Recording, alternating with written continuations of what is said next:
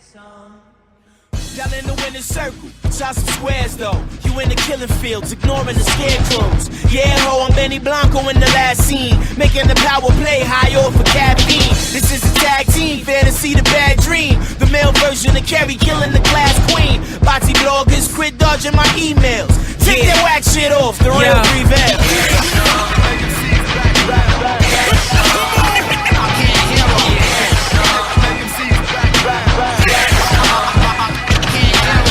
Welcome to the Freelance Podcast, home of the New Style Movement. This is your boy Tight. We got the main man BG with us. BG, this is impromptu interview. How you doing? Good. Great, man. Very much so. I think we're at a critical time in our history, and on the weekend of September the 23rd through the 25th, there's a grand opening happening here in D.C., and I felt like we really need to make certain that we use this opportunity and use our platform to capture really what's going to be taking place here in the D.C. area and on the National Mall.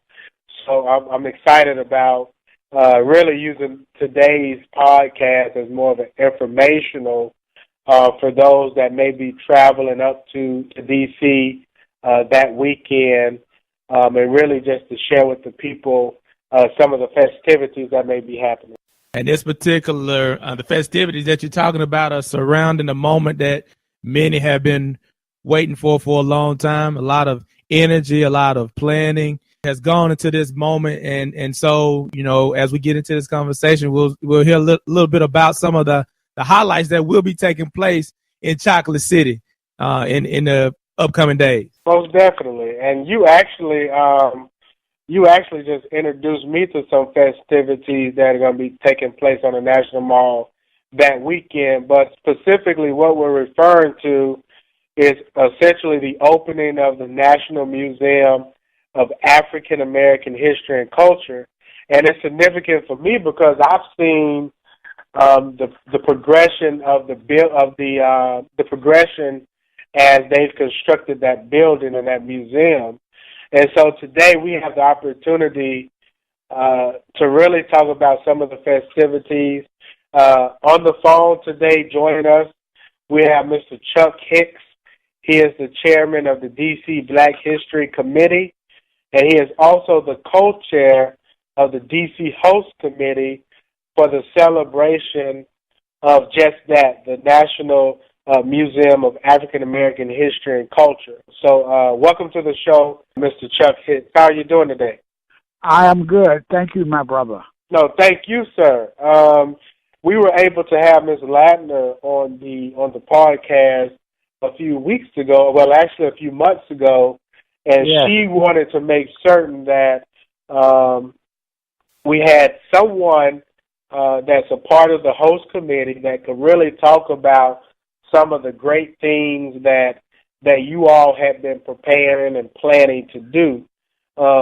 As we lead up to the opening, the grand opening of the museum, can you kind of talk about some of the things that you all have been planning and working towards?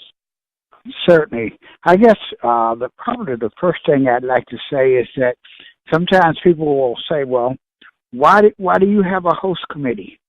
And it's for a number of reasons. Number one, we're the host city. And as a host city, we feel that there will be lots and lots of people coming into the city, and some of them will get in the museum, and most of them will get a chance to go to the Martin Luther King Memorial Memorial, and then some of them might even get a chance to go to the Native American Museum and a couple other places. But then we think that we'd like for people to leave that mall and come into the city and see the wonderful black landmarks and things that we offer in this city. And we also think that as a host city that it's important that we show our hospitality to people who are here, so when they leave and they go back, they can say, when people say, well, how was the opening? They say it was fabulous. And they say, how was D.C.? We want them to say, oh, D.C. was wonderful. We had all these events going on, and we saw all these things that were going on. We saw black landmarks from the Frederick Douglass House to the Martin Luther King Library to Harry Beecher Stowe to to the Civil War Museum, just hosts of things that are black landmarks and memorials that we have in the city that we'd like people to see. So it becomes important for us to let people know that we are here in the city and that we have a wonderful city, and we like for them to enjoy it.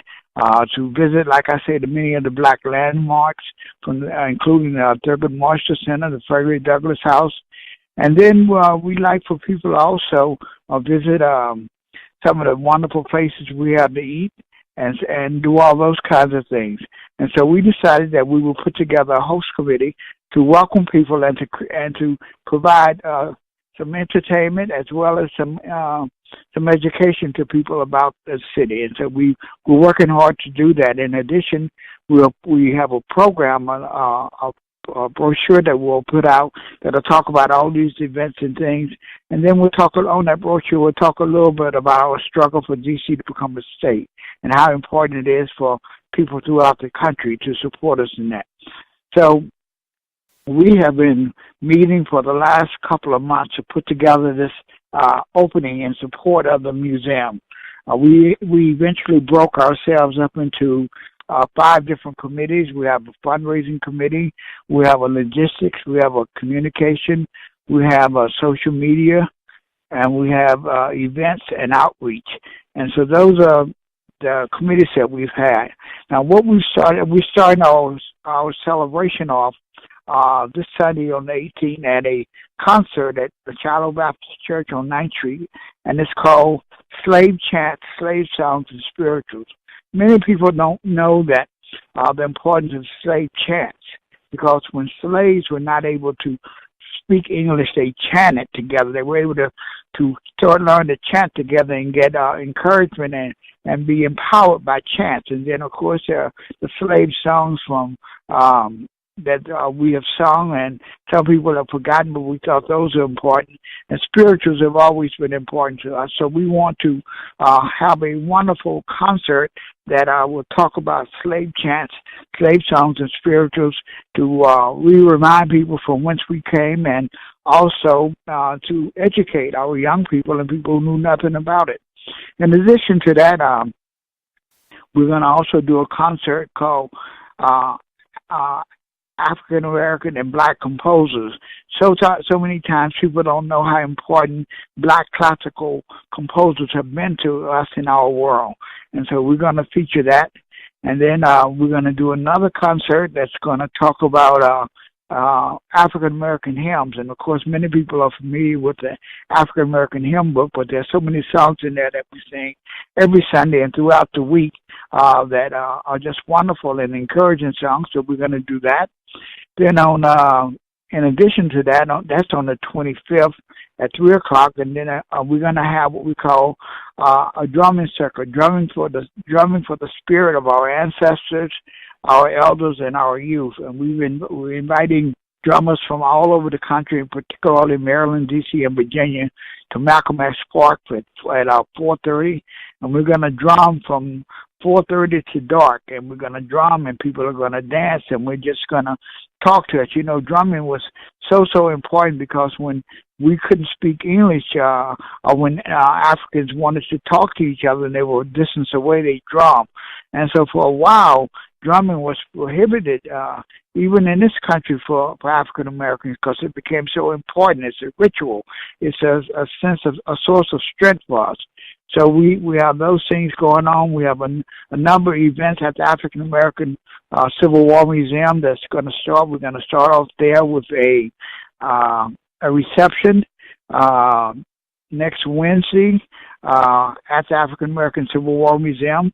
We're going to have a reception at District Building the day before that, that Tuesday, entitled D.C. Statehood Reception, and then we have another reception called Equality, LBGT Community, Our Faith, Our Museum, Our History. And then we have throughout the event, the opening that day, on the 25th, we're going to have what we call watch parties. And, of course, the museum is urging people throughout the country to do watch parties. And watch parties began as when we were waiting for Lincoln to sign the Emancipation Proclamation. We went to churches and to other places and prayed together and waited and watched for Lincoln to sign the Emancipation. And so we thank for the many thousands of people who won't be able to get to the museum, that if they can get together at a church or in a community or even get together at friends' house or with their families and watch the opening of the museum and share that and explain that, that's empowering. And so we're going to be doing, and we're urging people throughout the country to do that, and we're doing any number. I think we're up to about 25 watch parties so far, and we got another week to go putting together watch parties throughout the city. So those are just a taste of some of the many things that we're doing here in the city. We will have a brochure out that will list all of our events that are happening from the 18th to October the 2nd. We're going to do actually 2 weeks of celebrating the opening of the museum. If you can't tell, this is not their first rodeo because, Mr. Hicks, correct me if I'm wrong, but you all had a host committee was that for the 50th March on Washington celebration? Yes, yep. For the 50th anniversary, I co-chaired a host committee for the 50th anniversary of the March on Washington, because we thought that was significant, that people should come back together. For many people, even in D.C., it was important because for people in D.C., many who didn't go to the march because they were told to stay home because there was going to be a riot, and so they didn't go, so they wanted to be a part of it this year at the 50th. And for those whose parents took them, they wanted to go back and take their children. So it became important that we once again be the host city and welcome people to the city. And we had an array of activities during that time, from stuff at the Martin Luther King Library to a march down Pennsylvania Avenue, to events at the African American Civil War Museum, events at the Frederick Douglass House, the National Council of Negro Women, the A. Philip Randolph Institute. So we did a whole number of events. And before that, we did a host committee for the opening of the Martin Luther King Memorial. You know, he's the only person and African American who's on the mall who's not a president. And so we thought, once again, being the host city, that we needed to welcome people, make them feel good, and offer them all kinds of events and activities to participate in while they're here in the city. So it's been a wonderful time to be a part of these activities. But I say in all the things that I've been a part of, including the Million Man March, I have found this to be the most important event in our history since emancipation. That this is our chance to tell our story, to have our story told. And for once, we waited a long time. This is not. It's been 100 years that people have been proposing that we have a museum to tell our history from our eyes. And so finally we've come, and so it's not just for us, but for our ancestors who went through so much and toiled and kept the faith that one day we would have equal opportunities, that we will have a chance to tell our stories. And now that's a reality. And so it is something we waited for generations and generations and generations to happen. And we are just the blessed ones to be able, wherever you are in this country, to be able to see that and be a part of it. And I would urge everybody, wherever you are, to get together with somebody or watch it and appreciate what it means to be able to tell our story to the world. And people will be coming from all over the world for years and years and years to see this. And so for those who have not or cannot get to the museum this time, don't give up, because the museum is not going anywhere. It will be here for lifetimes after lifetimes after lifetimes. And so we urge everybody to get together, have a watch party, share it with somebody, be together, or just remember the importance of what is about to happen. And I imagine, Mr. Hicks, that there will be a significant number of people that will be cycling through the city during these next couple of weeks. But for your event specifically, have you and your committee thought about how many people that will be partaking in the things that you all have lined out? Well, we think we will be servicing thousands and thousands of people, and we're going to run. We're going to. Our headquarters is at the African American Civil War Museum, and we have a whole day of events there, from a watch party to a festival to a play, to African dances to drumming to all of that, and then we're going to run a bus from the museum to a certain point to the new museum, so that people who have tickets to go, that they can get down, and we'll help facilitate people to get down there. So we're going to be running buses probably from 12 to dark that day. But we think usually 5,000 or 6,000 people we will be helping to facilitate the move down there. And we expect that we'll have 10,000 people at our festival easily, just enjoying and celebrating. From a historical perspective, about how many people did you all serve as for the 50th March and for the Martin Luther King Memorial? I would estimate that we, for each one of those, that we provided services and brochures and events to probably 15,000 people or more. Wow. Easily. We had people on the mall where we gave out brochures, where we had volunteers. We had 100 volunteers all over the city giving out brochures and answering questions and helping people get on the subway and catch a bus to wherever they needed to go. We wanted people to feel comfortable in the city and to know that you didn't have to get lost. If you had a question, we had people who were in T-shirts so you could easily identify us, which we will be doing again this next week.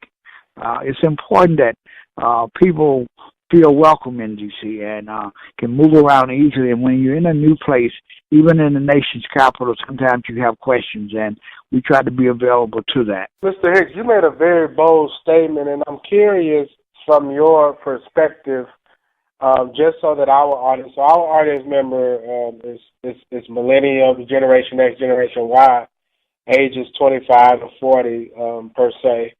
But you made a statement that I found very, very interesting. What does the opening of this museum mean to you personally? I know you said that this was probably the most significant event since the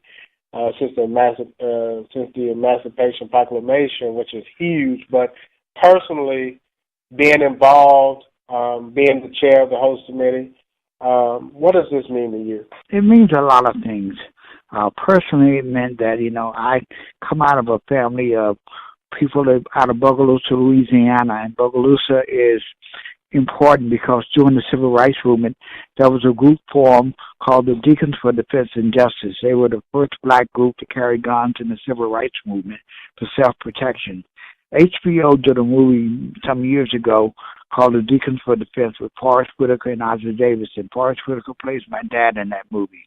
And so for me, having come out of the Civil Rights Movement, having been involved with the Million Man March, having been involved with being the first black student by the president of Syracuse and fighting against the war in Vietnam and fighting for black study programs on college campuses and all of that.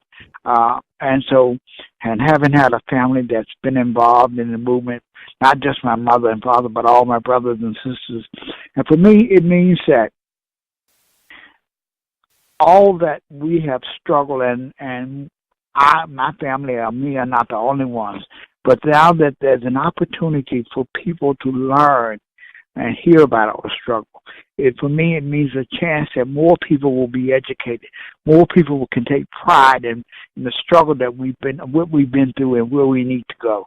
And I think that for me, when we started off in the Civil Rights Movement and moved to the idea that embracing black power meant something, had some significant meanings for us, and that for a while, many people, African Americans included, did not want to understand and accept the concept of black power, but it meant having a right to help us make our destiny, choose our destiny, and not just follow. And so it means to me that all that struggling, all those fighting for black power, and even the idea of embracing and understanding the value that Black Lives Matter, that the new young black people are embracing, that sometimes we don't understand, that all that combined means that this is important, that this is a part of that story that can be told. And so for me, it means a chance to see that the struggle that we've been in has not been in vain. And I imagine that in going to see some of the stuff in the museum, that it will not just be great and overjoying. It will be painful too. I mean, God, to go in there and to see the Emmett Till cast, there's nothing joyful about that. That's painful to see. And so it means opening up old wounds and remembering, but it's worth remembering because it happened. And we need not forget those things, that we need to have those things so we can share and tell our young people and tell our great-grandchildren and our children. And now that museum will be able to tell so many of those stories that I might not be able to tell, but it will be there. And so it is not only, for me, it's not only a joyous occasion that I've waited a lifetime to see, it is also a bittersweet experience. It is indeed painful. I know that I am not going to be overjoyed to go there. I know to see Chuck Berry's Cadillac or to see Michael Jackson's glove, that's wonderful. But there's so much other things that I'll see that will remind me of the pain and suffering that we've been through as a people. And it means to me that we won't forget. I can definitely hear the passion tide that Mr. Hicks is giving us right now. But Mr. Hicks, and I'm imagining that some of that passion is what ultimately led you to become a part of, this host committee and doing the things that you're doing with your group. Would I be correct in saying that? Oh, absolutely. How long have you been working with this committee and what it means to you? Well, we started thinking about this committee around Christmas. I mean, I had it in my head before that, but there were some other things and projects I was involved in. A Christmas project where I work every year to raise toys and food for children with AIDS and parents of children with AIDS and the people of color in the African American community. And then after that, of course, Black History and Martin Luther King birthday came around. But I started thinking about this concept and how to put it together and talking to people about it. I would say probably last October. I knew it was coming. One of the things I knew about it because I had been involved. My family is in the museum because of my parents and our activities in the civil rights movement. As I say, my dad was part of a group called the Deacons, and we donated a gun that the Deacons have to the museum. I donated a speech that I gave at the Million Man March, and I donated a shirt that my dad had worn when he was the first black supervisor of a plant in Bogalusa that led to a Supreme Court case called Hicks versus Crown Zellerback. So I was aware and been aware, and of course I've always been involved in Black history and active and stuff. So I knew that this, I've been keeping up when this was going to happen and when they passed the bill and all that. And so I've been thinking about this, and I just knew that we have a chance to not just let it happen, but to be a part of it. That we can do things here that people can't do in Texas or Louisiana, that we can have events for people who are coming here. And we can involve people here in the D.C., Maryland, Virginia area in a different aspect of it besides just waiting to go, that we can celebrate. We can have music. We can have concerts. We can have lectures. We can have all these things. We can have watch parties, which everybody can have.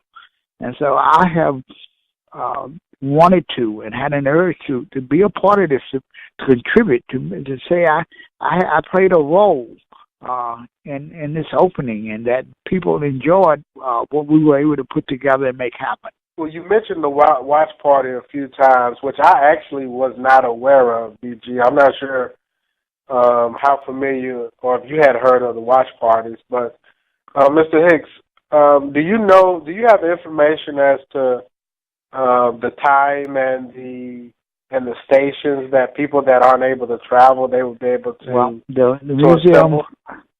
the museum will have a prelude from 8 to 10, at 10 o'clock, the official opening begins. On the 24th. Yes. And so one of the interesting things about that is that, of course, they will have maybe, I think, 500 people inside the museum. They have 5 presidents here. They have Bush, who signed the legislation. They have the other Bush. They have the Clintons. They will have Obama. And so they will have all 5 and Clintons as part of that. And, of course, one of the speakers will be John Lewis, civil rights icon. And they have a lot of people there. And so outside of that, they will have Jumbotron, similar to what they had when they first had the Million Man March at Clinton's inauguration and Obama's inauguration. So you'll be able to watch the celebration from the mall. But for people who are not able, there will be a number of people's stations. I'm sure CNN will televise it, and they're going to stream it live and all of that. And so they've asked all over the country, and if you go on their website, you can see information about watch parties. And basically watch parties are, like I say, where people will gather someplace. Either a church can do it, or a community center can do it, or a senior citizen place can do it, or fraternity, or even a family can get together and watch it. And usually what you will do is that people will provide some food, and they'll look at it, and they'll talk about it and enjoy it together. And so it's not a complicated thing to do, but it's a magnificent thing to have played a part in it and share that history and share that opening with people that you care about and people that can talk, maybe reminisce with you. You might have a great aunt who are the elder of a family, and they can watch it and they can talk about things they remember. And just hear what they feel about it.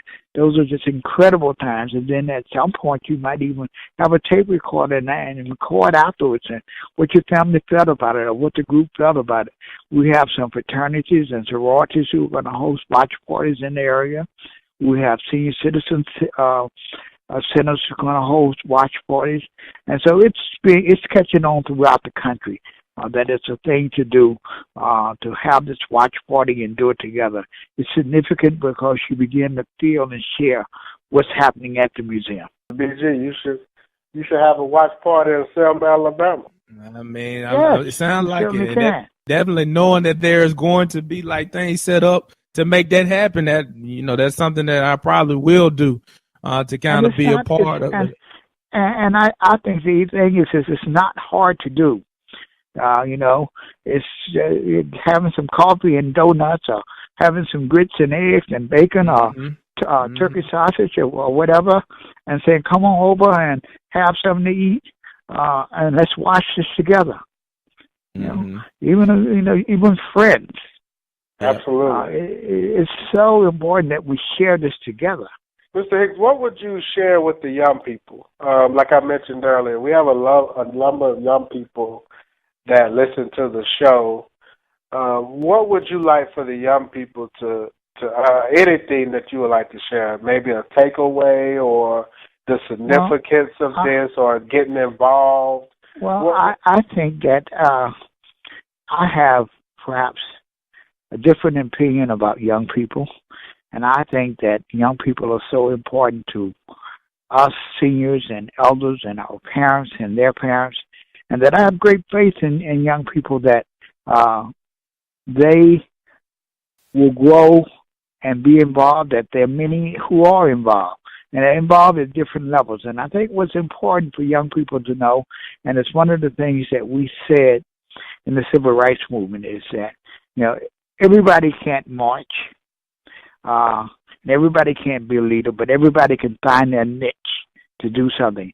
I can remember that during the civil rights movement at home, there was a man, Mr. Dwellingham. He was a principal at a school. So, and of course the school board was white and all of that. So what he did every morning, he came by the house of the civil rights building. He dropped off 2 pounds of coffee every morning. And that was his contribution. There were people who didn't march, but when we came back from a march or from picketing, they had big pots of collard greens and red beans and rice and cornbread. There were people who, who could write letters, and they did things. But the other thing that people can do is, young people can do, is that they can look out for each other. When they see somebody doing something wrong, say, "Hey, man, don't do that." Or be nice to our seniors, help a person cross the street or check on Miss Jones. Miss Jones, I'm going to the store. You need something? There's so many ways to find a way to help each other. And all of it doesn't have to be in a leadership role, But I think that you figure out what you can do, and it doesn't have to be big. Just walking down the street and saying, "Good morning, Miss Jones. How you feel?" That might make her day. I grew up, and if I went to the store 12 times, if I walked down the street 12 times, and people were sitting on the porch, I spoke 12 times. And so there are those kinds of little things, just human things, that, we have to realize that we need to care about each other. Absolutely. As people. Absolutely. And until we begin to do that, and that I believe that all of us can learn something from everybody, and that seniors can learn something from young people.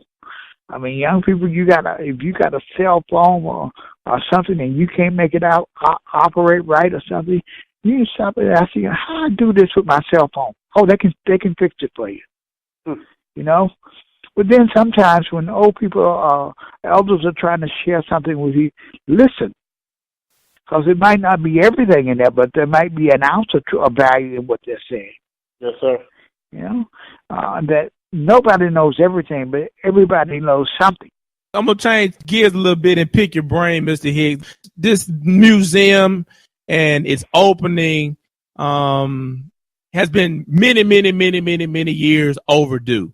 What are some of your thoughts on why it's taking so long for this to finally come into fruition? Well, I think one of the reasons was that for such a long time, we had, and not that it's all over, but we had racism. Not that it's gone away, but, you have to look at, it's been 100 years that people have been trying to get this museum. It's been years and years before we could get the right to vote. It's been years and years taking us to integrate schools. It's been years and years for us to elect black officials. It's been a lifetime to get a black president and get blacks in Congress and all of that. And so all those obstacles we've had to face and fight. And so, John Lewis, Congressman John Lewis, introduced a resolution for a museum for, I think, 18 years. He's been trying to introduce a resolution. But we had 7 races in the Senate or the House, and the bill couldn't move because they wouldn't bring it up. They wouldn't move it. And so it's the same thing that's taken us. It's taken a struggle, day by day, brick by brick, step by step, to get to where we are now. And so that's, if you look at how long it took us to vote, if you look at how long it took us separate but equal, that didn't work. If you look at the fact that we had the Brown versus Board of Education in 1954, that even once that passed, it was at least 6 years before we first had somebody to integrate the school in Tennessee. And so all these obstacles have been there, and things just don't happen overnight. But we've not given up, and we continue to struggle and fight for this. And it's happened, but it has not been an easy fight in any of the things that we've achieved. And so, obviously, achieving this museum, and then there was a question of whether or not people thought we needed a museum. There were some people who didn't think we needed a museum. Didn't think it was important. Not only whites, but sometimes blacks didn't see the value of it. It's just like sometimes black people say, I don't vote. I don't believe in voting. And you would think that there should never be a black person in this country who would say something like that. But they are. Mm-hmm. And so this idea of building a museum and convincing people that it was important had to grow. It's like Carter G. Woodson and Black history and why it's important. Mm-hmm. And there's been an argument that Black history is not important. And a quick story is that sometimes people say, well, we got Black history, but they gave us the shortest month of the year. That is not true. They did not give us that. Carter G. Woodson chose February. He chose February for two reasons. Number one of the things that black people have always done for a long time is that they've celebrated Frederick Douglass' birthday in February and Abraham Lincoln's birthday. And when he decided that we needed to have a Black History Week, a Negro History Week, he tried to figure out a time when black people would remember it. And, of course, he didn't want to do it Christmas or January or Mother's Day or Thanksgiving. But he knew that black people always celebrated February, Frederick Douglass' birthday and Abraham Lincoln. So he said, if I put it in February, black people will remember. And that's why we have Black History or Negro History Week in February. That's the history of that. Man. But once again, as I say, and even today there are arguments where people say there is no reason why we should have Black History Month, Black History program, or Black History Now. That's old. That's over with. It's all over. It is not over. We should never forget, because if you forget your history, you lose your race. You lose your sense of identity. You had an opportunity to participate in the civil rights movement, and I'm sure from those experiences you saw things that worked and that didn't work, but ultimately you saw some justices that took place during the civil rights movement and you all's longevity. What would you say to the young folks that are participating in the Black Lives Matter movement as far as some of the things that you experienced from the civil rights movement that could be useful, and also that they could take away and kind of use to better the Black Lives Matter movement, and also to see it from a longevity perspective? Well, I would say, number one, I think it's important for Black Lives Matter to listen to people who had some experience, who've been through something. We might not have everything right, but we did some things right. And we don't have the advantages that Black Lives Matter had. And so I think it's important that there not be a separation, that we have some advice and some ideas that we can offer, and that it would be good if you can listen. And when we do that, we learn also. And then I think it's important that we learn that part of doing everything is have a goal and have a plan. And sometimes we have to figure out what our plan is.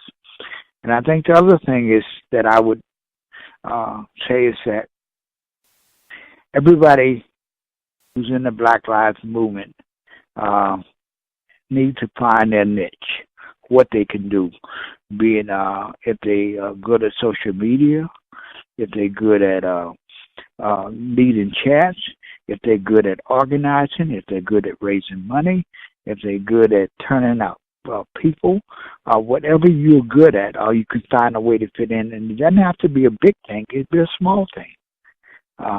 That find your niche, and also remember that whatever disagreements that there are, it's not bigger than the goal. Be willing to adjust, to change, to work together, to compromise, to get to where you need to go. When you say, and sorry, just to piggyback off that, when you say that the young people should listen, just as an example, you don't have to go into extended detail, but what would you share with, if you had an opportunity to share one thing with one of the leaders of the BLM, what would you share specifically? I would share that I think it's important to put a plan together. Mm-hmm. Perhaps a short range, some things that you want to try to have happen, if that includes some kind of confrontation or demonstration. But then I would also say, what are we trying to get from that? What's our long-range plan? Is our long-range plan so that we can get more people registered to vote, so we can get more people who can sit on jury duties when blacks to go to trial? Set some goals so that there is a plan in action. That's a good point, BG. Very much so. BG, have you seen any of those type of goals at all, specifically? And not trying to be critical, but honestly, I think those are some very valid points. Yeah, I think they're, as far as Black Lives Matter is concerned, that they do have agenda items that they have identified as the focus of their organization. But as far as mass movement and getting all of the people, each and every one of us in our communities on board, I think we are at a need for having conversations like Mr. Hicks is talking about, to where everybody is in line with what we're trying to do. Let me just share my thoughts about that. One, I think that, and I think Black Lives Matter is evolving. And just like lots of things that we did in the civil rights movement, we started off, we grew and we evolved and we got better at it. And I think that you got to remember that when we did the civil rights movement, we didn't have every black person. Mm-hmm. Sometimes we will be marching, and there will only be 25 of us, but we see another 7,500 black people standing on the street watching us. Hey, get y'all freedom yet? Bring us some back. We didn't get discouraged, and so you can't expect in a movement or struggle that everybody's gonna be in, but you take what you have and you build on it and you grow on it, and you can and change will come. Let me ask you this: are you seeing a shift? And even if it's not from the Black Lives Matter, maybe it's from the opening of the museum, or maybe it's from Colin Kaepernick taking a stance. Do you see a movement taking place now? Are you kind of having that feeling in the air? And if so, do you got a sense of where that change is what initiated that change? Well, I see a movement taking place, and I think that I would say, don't try to compare the civil rights movement with the Black Lives Movement. That was 50 years ago, and so much has changed. We were fighting so that we could have sale clerks in a store. We were fighting to be able to get black elected officials. We were fighting to be able to vote. So a lot of the issues and goals that we set were bigger and involved, basic things. I think that today the Black Lives Movement is still growing, but it's a different kind of fight.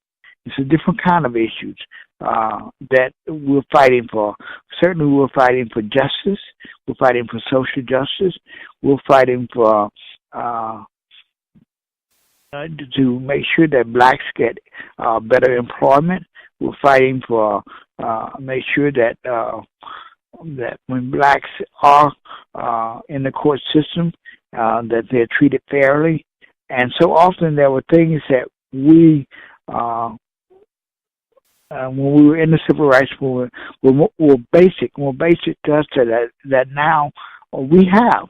And so the movement is a different kind of movement.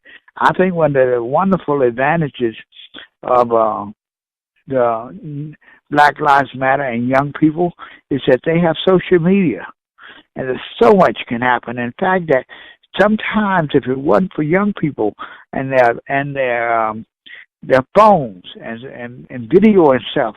A lot of things that have happened we never would have known about. And so there's a whole new kind of movement in terms of what Black Lives Matter and young people can do in terms of how they address issues and how they get each other involved and how they share information, to let people know what's going on. And I think that's a basic movement that we didn't have the way you have today. That's so important because times are different. BG, do you feel the movement? Do you feel like we're in the midst of a social justice change? Do you feel like, and I'm just curious because I kind of ponder these things, but what are your thoughts? I think what Mr. Hicks, I kind of agree with what Mr. Hicks is saying. Is like it's really hard to say that because, from a standpoint of comparison is what a movement is supposed to look like. But what I do know is that there's an awakening right. and an increased awareness within across the demographic, especially with our young people, with the Generation X, Y, and whatever else comes behind that, of people being more aware and informed about what they're really facing each and every day as far as systems and things like that. And so when you see this increased exchange of information, people are hungry for knowing themselves and knowing their culture and their history. And you're seeing this growth of people wanting to know how can they better their communities. People are more active now. So I would consider that to be movement, from a place of being complacent to a place of how can I empower myself and empower my community. So on that end, I would say, there's definitely some movement going on. And I think that what we've seen social media wise with Black Lives Matter and all those things have only been catalysts for what's happening right now. And I do believe that it's going to continue to grow as the days go by. And piggybacking on that, one of the things that's interesting to remember is that really the big fight for civil rights began after World War II, when blacks had went to fight over in Europe and came back. And after being in foxholes with whites and being in Europe and treated different, when they came back here, they were treated as niggers. And that began the catalyst for black people pushing to make change. And that it took a long time to be able to go to get to where we were. The April Randolph has wanted a march on Washington for long before that. And I think it was Roosevelt who signed some bills to integrate some things. And Bud Rushton was very upset about that happening. And so this movement didn't just start in 1964. It started long before that. Didn't just start with Rosie Parks. There were 2 or 3 other people that they had looked at and tried to get to test those buses in Alabama before Rosie Parks came along. And so this has been a continuous struggle and planning. And movements just don't happen overnight. Sometimes you're not a fire and people turn out, but movement is a continuous struggle. We did an interview, Mr. Hicks, about Byron Reston, and that's actually an interview I think, BG, we should re-release soon because that was pretty historical in nature. I may be naive, but I have a question for you guys, and I know we need to wrap up, Mr. Hicks, but I may be naive, but help me understand the significance of having these race conversations. I oftentimes fail to understand or see the relevance in having the conversation, the point that's being made, but I see on the sports journalists and the sports talk shows where they host these race conversations, and maybe I'm just naive, but can Mr. Hicks, can you or someone share, or BG, can you share with me and anyone else if you understand the significance of these race conversations and how they push the movement forward? Well, and I'll go first. I think that we don't live in a silo, and that our goal as African American people is to be treated fairly. Yes, sir. And that I think that part of that, even sometimes even among ourselves, we got to talk to black people about what's important and educate. And so when we can begin to share ideas, exchange experiences, relate circumstances that people can identify with, allow people to walk in our shoes and see it from our perspective, that's growth. And the way way change comes about, I believe, one of the ways is through exchange of ideas and information and experiences. And if, I oftentimes have a card in that it says, Black History every day, Black History for everyone. And the idea is that if only black people know the contributions of African Americans and the importance of African Americans and the things that they've done, then only black people know that. And so the perceptions and ideas and how people see us will not change their opinion of us. We know that we were cut from kings and queens. We know we invented certain things.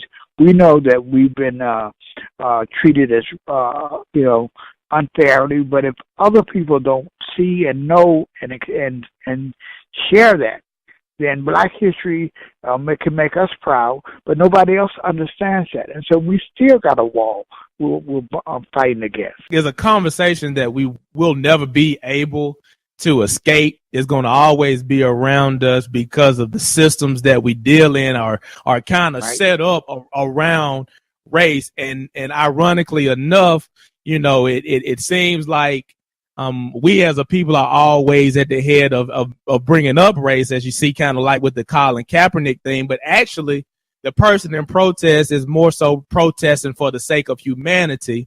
And it's the others that have set up these systems that always want to have like the race, bring the race element into it. So it'll always be around us. And I think for us, it's just important to know what games are being played, to identify why certain things are, and be able to use that as a way of building our strategy and being able to really empower ourselves, and know who we are, be firm in who we are, respectful of ourselves and where we come from and our ancestry, and be able to move and stay focused on the things that truly matter to our well-being and our survival, and not get distracted by some of those obstacles that seem to always be placed by the people that don't want to see us to advance. So we won't be able to escape it, but I think for us it's about putting it into perspective and always staying focused on the end goal, and that's being at a place where we can sustain ourselves for generations to come.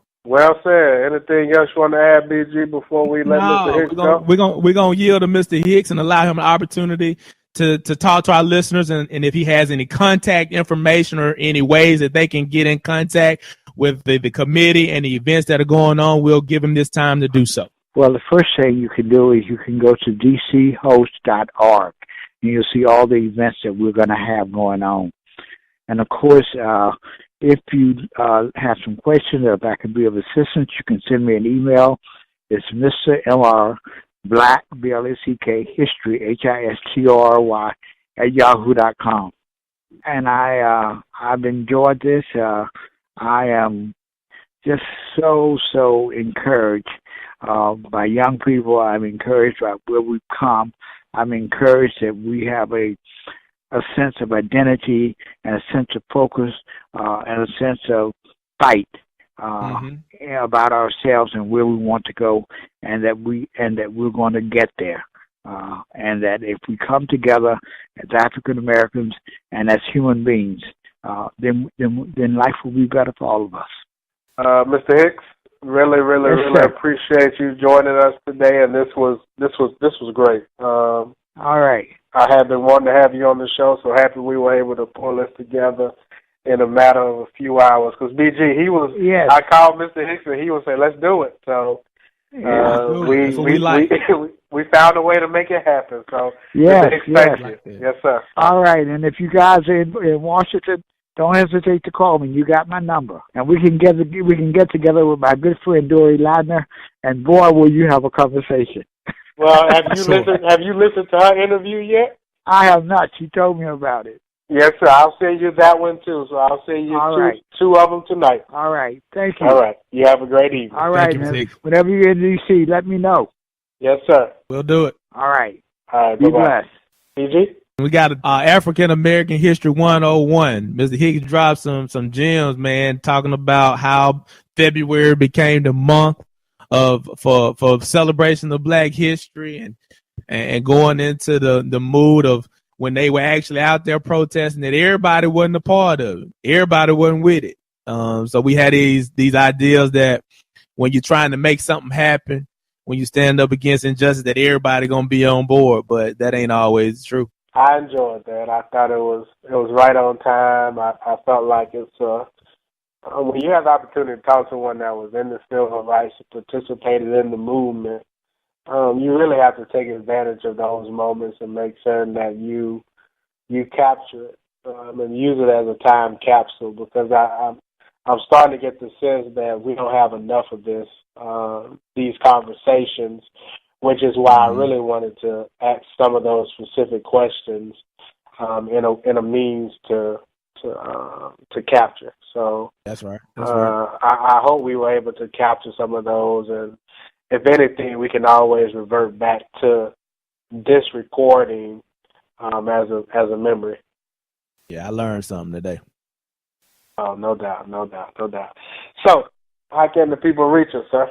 We are the Free Lunch Podcast, a member of the New South Movement Podcast Network, available on iTunes and SoundCloud. Just search New South Movement, and you will find us.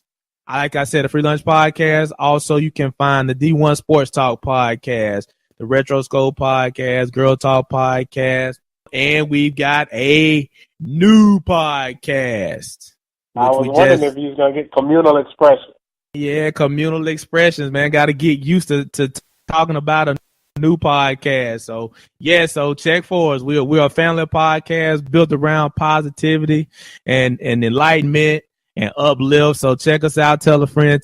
Like I said, iTunes, SoundCloud, search New South Movement. Appreciate you being able and willing to go on the fly like that. We pull this one together in a matter of minutes. That's what we do. That's what we do. So shout out to Mr. You heard what I just said? Shout out. I said shout out to Mr. Hicks, Mr. Chuck Hicks, Mr. Black History, Chairman of the D.C. Black History Committee and co-chair of the D.C. Host Committee for the celebration of the museum. Special shout out to Ms. Dory Ladner. If you haven't heard her podcast, you definitely need to go check that one out. Foot Soldier, original Foot Soldier, on the front line. So thank her for the recommendation of having Mr. Hicks on the show. And we out of here. Free Lunch Podcast, home of the New South Movement Network. Peace.